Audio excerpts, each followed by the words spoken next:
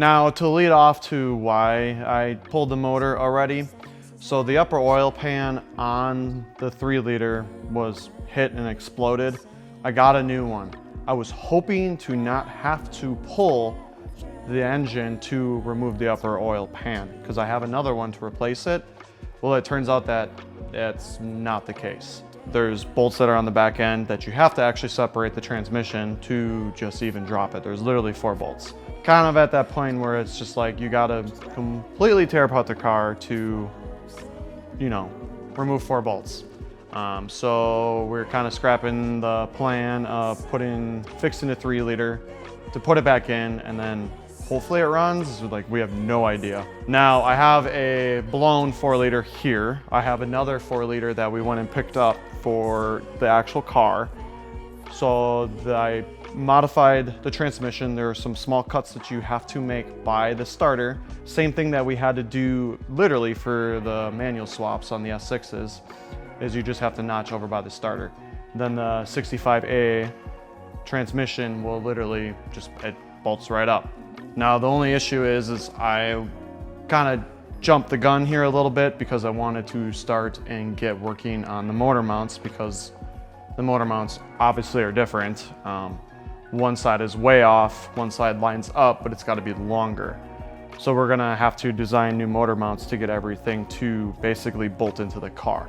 So I bolted the transmission together and I got the dummy motor basically mocked up in here to try to figure out like what we need to do, clearances, and try to make a game plan on that. Now the next steps are, we are going to use my 3D scanner. We need to 3D scan the motor mounts and try to figure out if we're gonna machine out the brackets or if we're gonna make them out of plates and then basically just weld them together.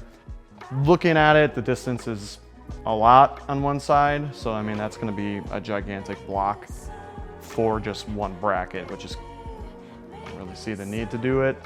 The only thing that sucks between this car and all the previous generations is in the B9 generation, they decided to have numerous different subframes for no reason versus just one subframe that the motor bolts to.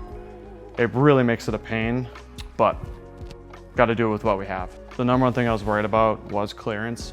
As you can see, this thing actually fits in here a lot better than the cars that actually came in, besides like the D4, which has a lot of room. So the only issue that I need to figure out is some of the stuff is like mirrored. All the vacuum stuff is on the driver's side for like the brake booster. On this car, it's opposites, but it's just a hose, so you can just move a hose. There's some extra coolant lines where they routed it really weird, where it comes all the way to the front and then it goes back to the transmission, versus on the 4-liter, it just comes off the rear and goes to the transmission. The biggest issue that I think we're gonna have is trying to figure out where the fuse box goes and the ECU. The factory ECU on here obviously sits up in the front. It sat in this pocket right here because that's for the factory ECU.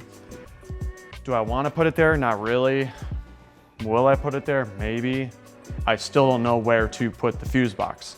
On this car, for the engine, they put the fuse box underneath the dead pedal and underneath the dash, which means I would have to pretty much extend every single wire because the fuse box harness for this engine is only like this long off of the motor, and there's no room up in the cowl.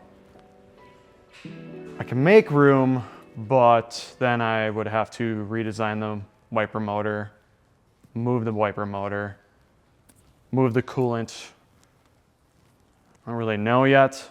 We're deleting a lot of stuff off of the motor that we don't need, so we might just have a custom harness made and then we'll just do like a huge connector and put it inside the cab. Don't know yet. The first thing we needed to do is get the motor in and basically get it mounted, so then I can put the suspension back together and just get it off the lift. So I think what we're gonna do is we're gonna start working on the motor mounts now and then try to get this done as fast as possible. Some plans that we're trying to figure out still what we wanna do. Keep the factory water to air or go air to air. These cars do not have water to air factory In the S's, the RS's are water. The S, it's air to air. Don't know yet. I'm going air to air on my RS5, so technically the same chassis, I guess, but I don't know if the stuff will fit. I don't really know yet. The water to air does fit, so I can show.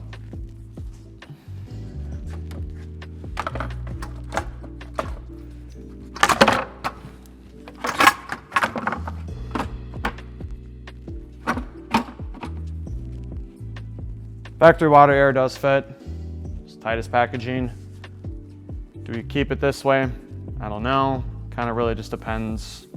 I need to do a lot of planning on it. If I did do air to air, I would design it like basically the 3 liter that came in here. Be nice to use a larger throttle body. And then I would just have to make all the charge piping, just use an S4 air to air, and then the piping come in, have a larger throttle body, try to get as much stuff out of the valley. Still kind of up in the air what we're gonna do for that, but trying to plan ahead. To kind of go over a little bit what I was explaining about the harness on the vehicle, this is literally all you need to run this motor. So I can't really put this anywhere in the cowl unless I either remove stuff or redesign it, because then I would have to make like we could 3D print it, design like a shroud to hold this and a cover and all that, kind of like what the B8s or this literally comes in. Don't really know, but this is something that we have to kind of figure out. And some of this harness like routes down and underneath, I still don't know if that is going to clear the power steering rack. When it's mounted in there with the motor mounts or the subframe mounted into the car, the power steering rack looks like it fits exactly how it's supposed to. There's just some things we don't know until essentially this is bolted in, and then I can start putting the suspension back together.